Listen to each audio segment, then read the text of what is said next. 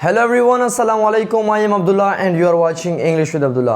और dear students, आज का जो टॉपिक है वो टाइप्स ऑफ इन्फिनेटिव के हवाले से है।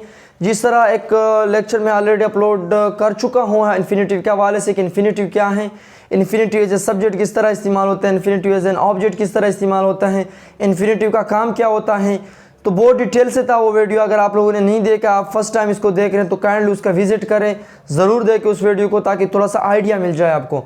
तो आज का टॉपिक है टाइप्स ऑफ इन्फिनेटिव के हवाले से। इसमें मैं बताऊंगा कि इन्फिनेटिव के कितने टाइप्स है टोटल।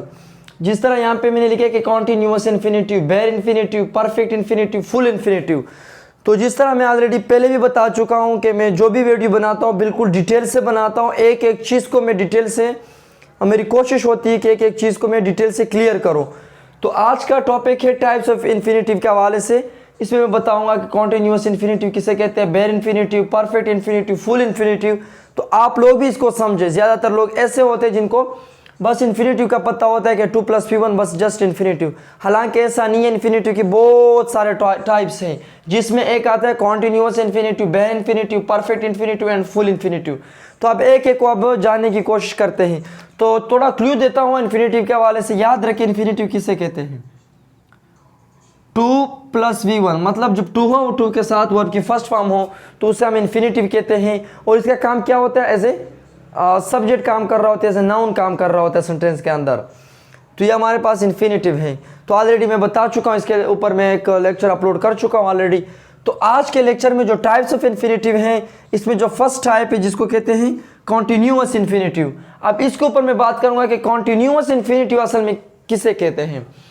याद रहे कि थोड़ा बताता हूँ, क्लू देता हूँ फार्मूले के हवाले से। जब 2 हो, 2 के साथ बी हो और ing हो। याद रखें जब भी हम कॉन्टिन्यूअस टेंस इस्तेमाल करते हैं या कॉन्टिन्यूअस टेंस का हम जिक्र करते हैं तो वहाँ पे हम मेन वर्ब की जो ing फॉर्म है वो इस्तेमाल करते हैं। तो ये चलो इन्फिनेटिव है, जाहिर सी बात है 2 होगा, 2 के साथ साथ बी होगा, बी के साथ वर्ब की ing फॉर्म होगी। ये फार्मूला है इन्फिनेटिव का। तो यहाँ पे मैंने कुछ एग्जाम्पल लिखे हैं कंटिन्यूअस इन्फिनेटिव के।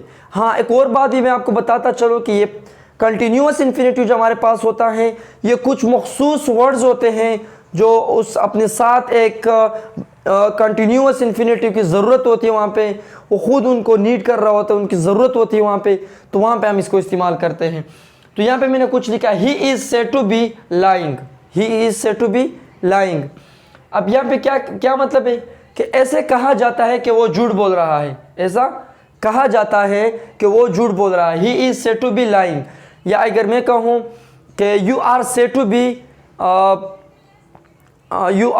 To be speaking fluent English, ऐसा कहा जाता है कि आप फ्लुएंट इंग्लिश, परफेक्ट इंग्लिश बोल रहे हो। या she is said to be cooking well, उनके बारे में ये कहा जाता है या ये कहा जाता है कि वो अच्छी तरह खाना पकाती हैं।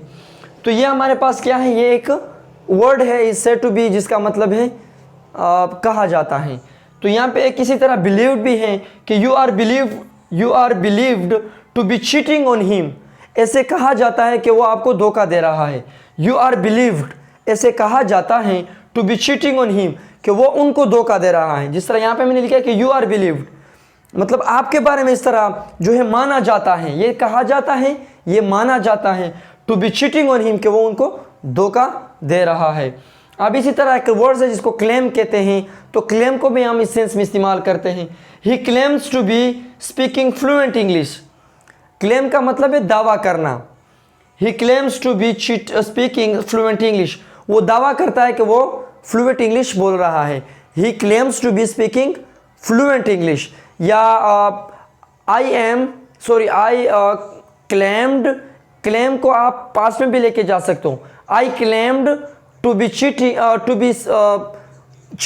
Teaching very well, I claimed to be teaching very well, मतलब मैं ये दावा करता हूँ कि मैं अच्छी तरह पढ़ा रहा हूँ। तो यहाँ पे देखिए सीम्स, बहुत इंटरेस्टिंग है। ये सीम्स भी सेंस में इस्तेमाल होता है। She seems to be crying, seems का मतलब इस तरह दिखना, वो इस तरह दिखती है कि वो रो रही है, वो इस तरह दिखती है कि वो रो रही है। या अगर मैं कहूँ कि you seem to be purchasing new car, आप इस तरह लगते हैं कि आप एक नया कार खरीदने जा रहे हो या एक नया कार खरीद रहे हो। तो तो ये है एक कंटिन्यूस इन्फिनेटिव के हवाले से जो मखसूस वर्ड है, जिस तरह सेड टू बी हो गया, बिलीव्ड हो गया, क्लेम हो गया, सीम हो गया, जिसके साथ to be plus ING, it means that continuous infinitive इस्तेमाल होती है। जहाँ तक बात है बेर इन्फिनेटिव, परफेक्ट, फुल इन्फिनेटिव, अब मैं इसको नेक्स्ट वीडियो में डिटेल से मैं इसको डिस्कस करूँगा। मेरी कोशिश होती है कि वीडियो जितनी भी कंसाइज हो, जितनी छोटी हो, मेरी यही कोशिश होती है कि कम टाइम में मैं बहुत ज़्यादा पढ़ाऊँ। तो इंशाल्लाह फिर मिलते हैं अगले लेक्चर में। टिल देन टेक केयर, अल्लाह हाफिज़, थैंक यू सो मच।